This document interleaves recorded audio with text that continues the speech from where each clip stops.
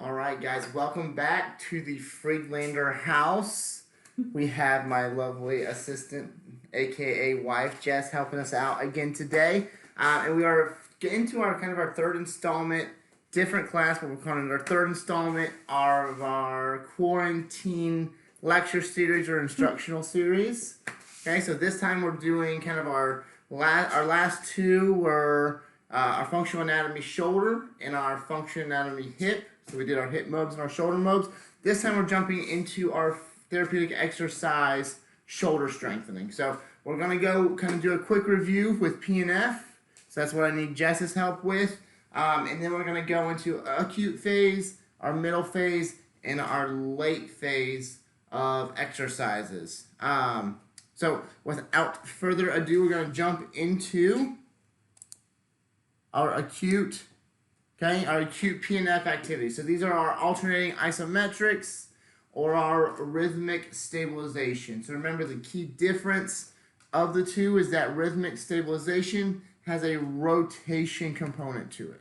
Okay? So with alternating isometrics, we're doing this early phase just to try and get that shoulder joint or whatever joint we're working on, in this case our shoulder, just to try and improve the stabilization of that rotator cuff. Okay? So I'm going to have Jess put your arm straight out, make a fist, and hold it still.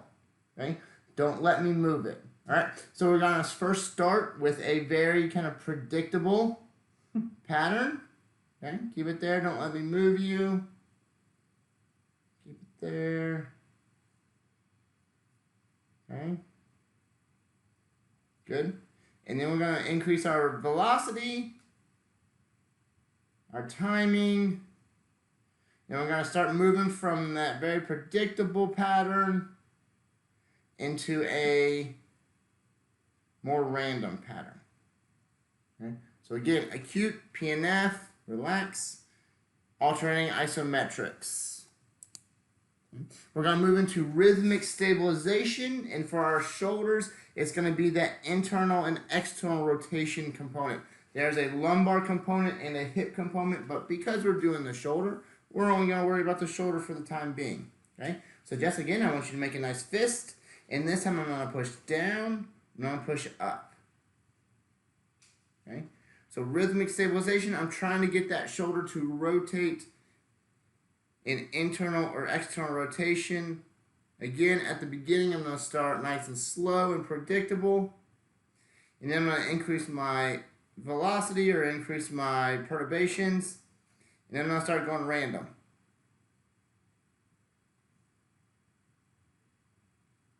Okay? So rhythmic stabilization of our shoulder, internal and external rotations.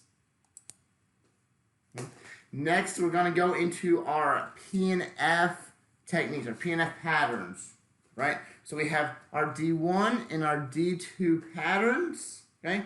So D1, starting with the arm in flexion. So it's flexion, external rotation, and supination.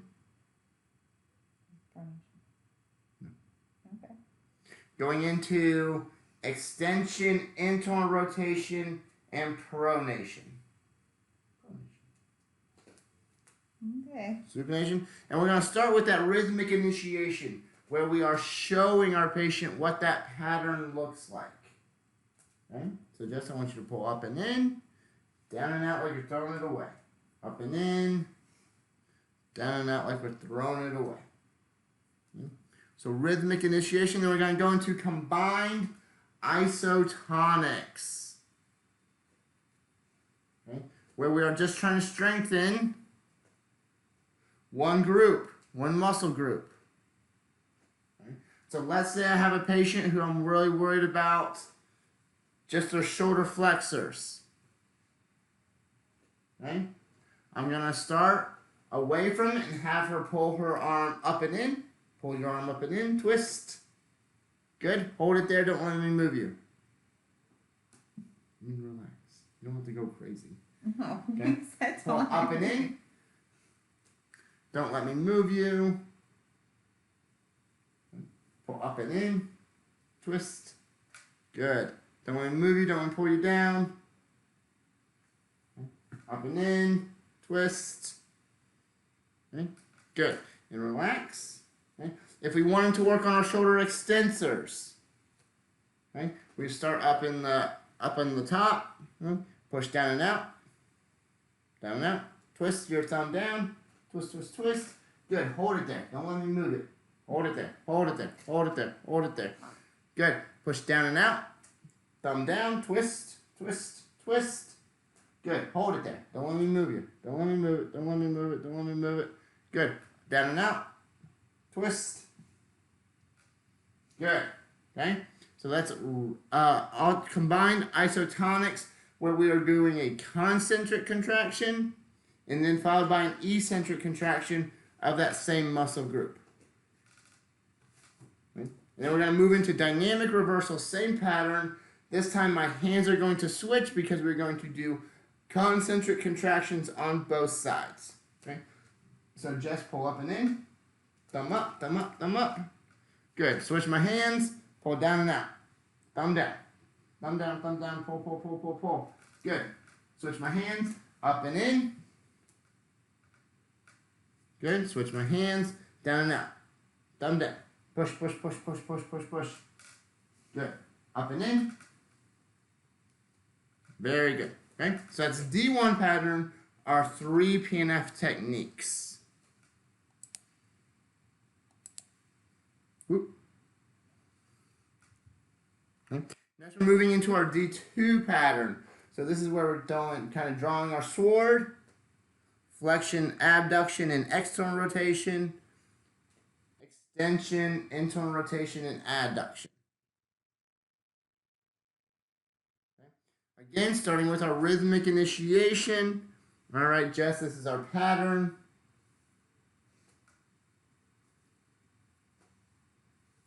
Down and out. Okay. All right.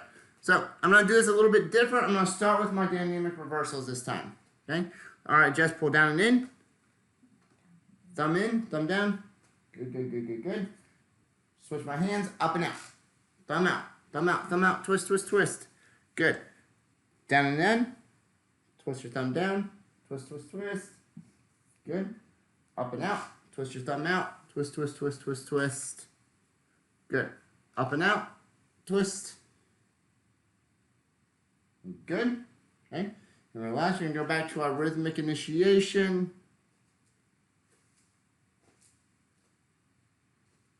And then we'll do our combined isotonics, where if we're just working with our flexors, we're going to start in our extended position, pull up and out. Thumb out, thumb out, thumb out. Go, go, go, go, go. Good. Hold it there. Don't let me move you. Hold it. Hold it. Hold it. Where I'm pulling her back down with an eccentric contraction. Up and out.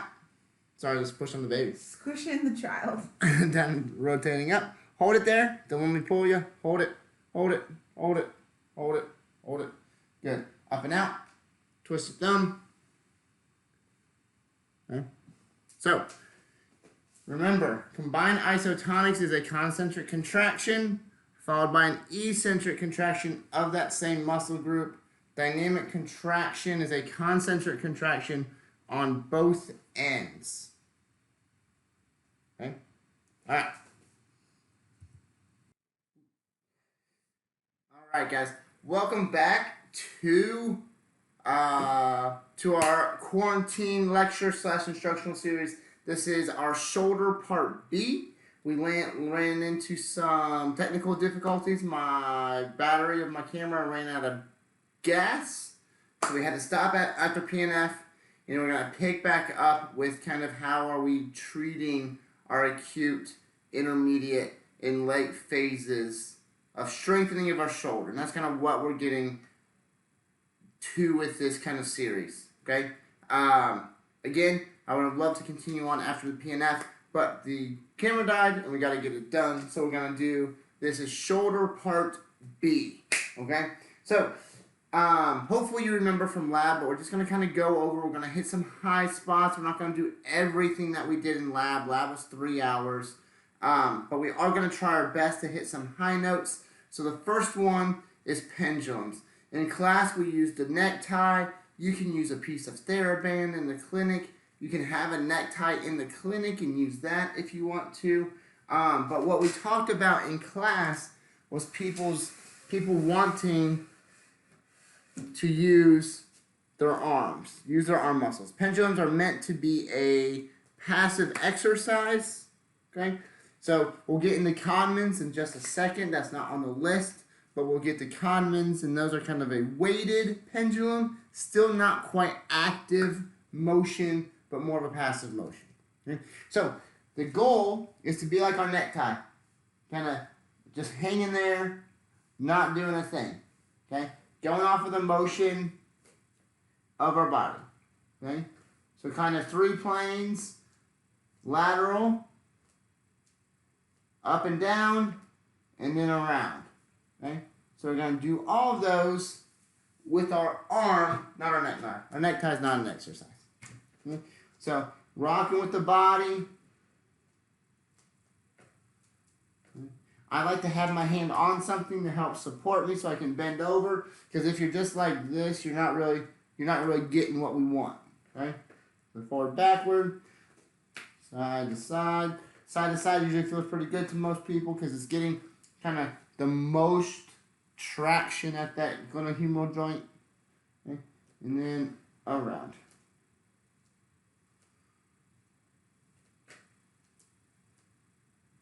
So that's pendulums. If you want to add a weight, I have my kid's sippy cup here, probably about 1 pound. Okay, you can add a weight to it, and it gets a little bit more distraction.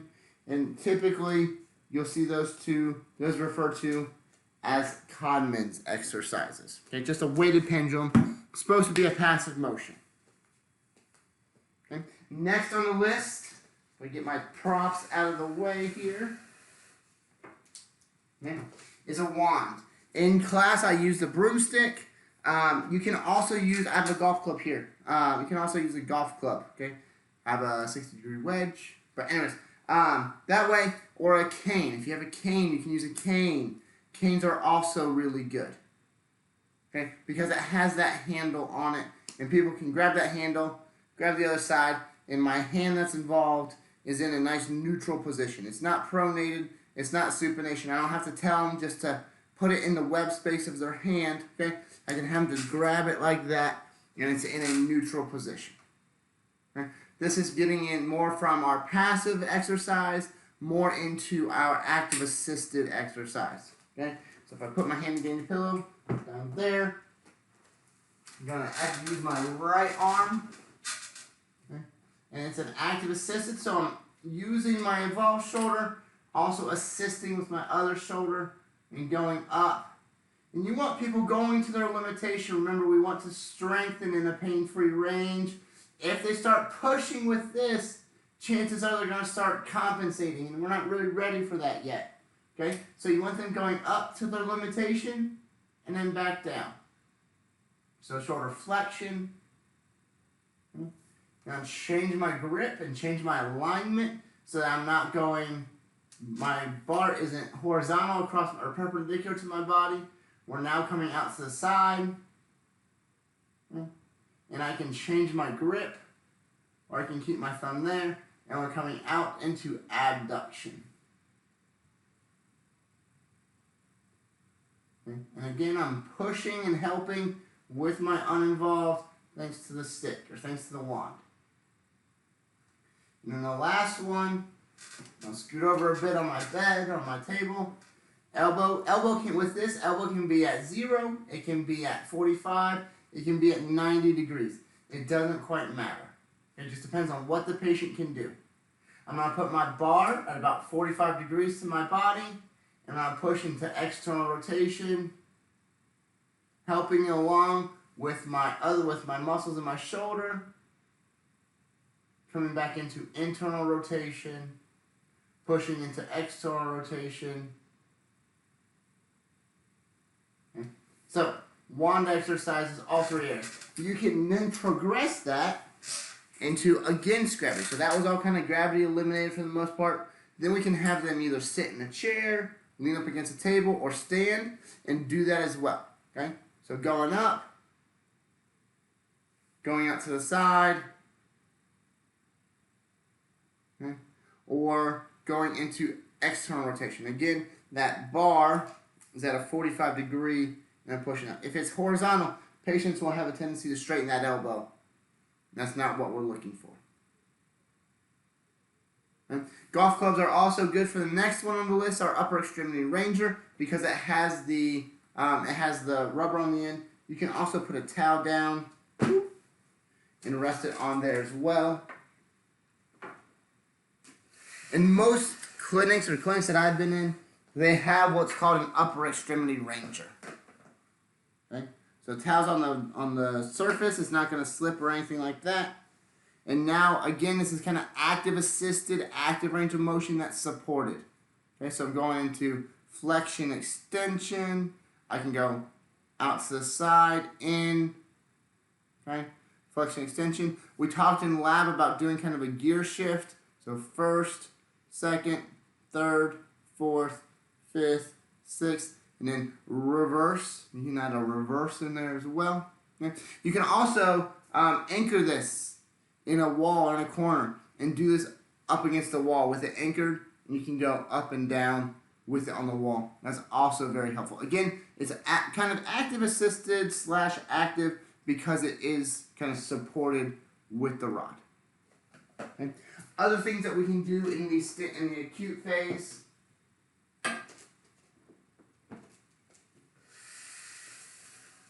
Rolling a ball on the table or the plinth. Okay.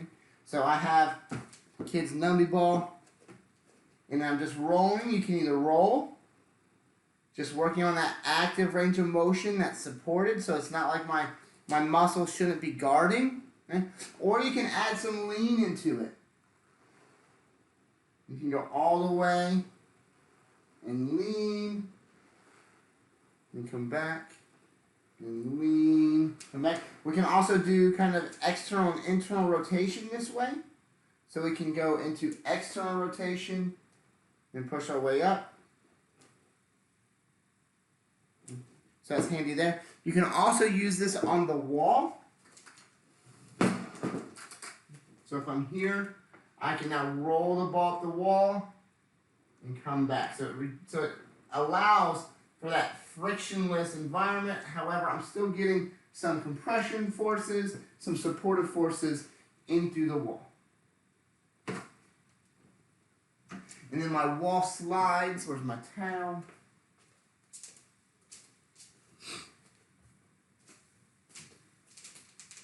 And I'm just doing this in my door frame at home. You can do this on a wall. If I was in the clinic, I would have something like a plexiglass or a mirror or something along those lines. And I would have them kind of go up and down on that mirror.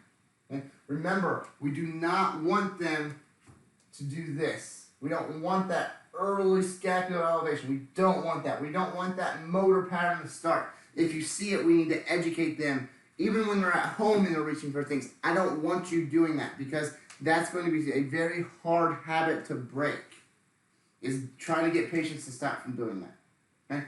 Okay? One of the best cues that I have found when I was in practice was when I would see patients doing that, they were trying to lift up and they're trying to get it to come from their shoulder, from the scapula. Okay? I want it to come from your humerus. I want your elbow to get to the wall and then up. Okay? It changes people's perception of how they should move. Okay? So get the elbow to the wall first, and then up in the air. Okay? It tells that muscle that I need to keep my shoulder down, go, and up. Okay? Other things you can add to this list that aren't on it are pulleys. You can have patients do pulleys and move that from a passive exercise into an active assisted exercise. Okay? So there's many other things listed on our lab sheet. These are just the highlights that I pulled off. Okay? Moving into our intermediate phase is when we can start really hyping or killing it with our joint or our open kinetic chain. Okay? So if I turn it around, I have my bands all set up. Okay? So I can do my rows. Okay? Or let's start, it's high, so we can start with straight. I think I'm in view. Hope I'm in view. Sorry guys, I'm using my webcam of my computer and I don't have a live view of where I'm at in the frame. Okay. But I think I'm in it. So I can do my straight arm rows. Okay. If I move this,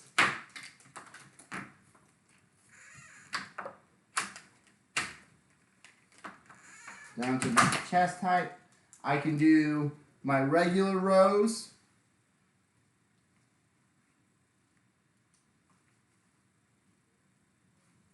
Okay.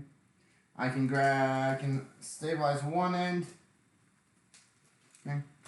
And I can do my external rotation.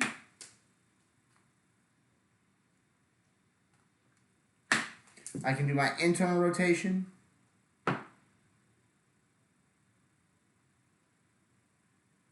Okay. I can do with my bands, I can do pull downs, or if I have a cable column in the clinic, I can do pull downs, I can do rows. Okay. If I put this low,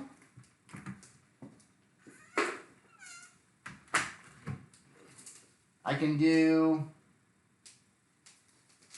see, stabilize it with my foot. Okay. I can do up and out, okay, or a PNF type pattern. Really working on that shoulder strength again, making sure your scapula stays down and out.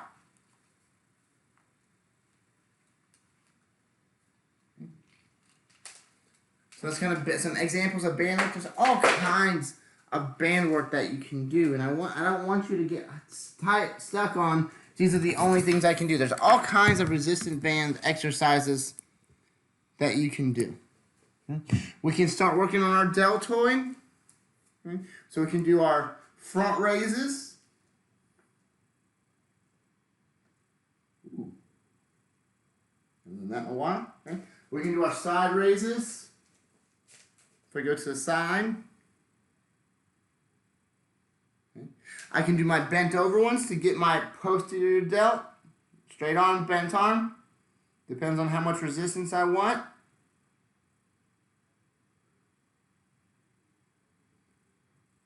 Okay. I can also do most of those strengthening exercises, especially internal and external rotation, with a hand weight. If I want to, since I have my kettlebell out and it's easy to grab, I can lay on my side and do my external rotation laying on my side. Okay. So I can do all those things. Okay. I can start to begin some closed chain static exercises. Okay. If I want to have a bench, okay, have them kind of do a plank, and maybe if my right arm is my involved arm, okay, I can try and reach for something. Okay, reach and touch cones, working on stabilization. That's what static close chain is a stabilization exercise. Okay? I can have someone start and do some perturbations. I can grab a ball and kind of put a ball, an unstable surface, and then have someone kind of hitting side to side. Okay? Can you see that? You probably can't see that at all, can you? Okay? So, hitting side to side, planking, and reaching. Okay? And then we can start moving into dynamic close chain. Okay? Where I can do walks, either on the floor. Okay? I can do a step up if I have another step. Okay? All kinds of stuff that we can do in a more close chain where my hand is in contact with the ground.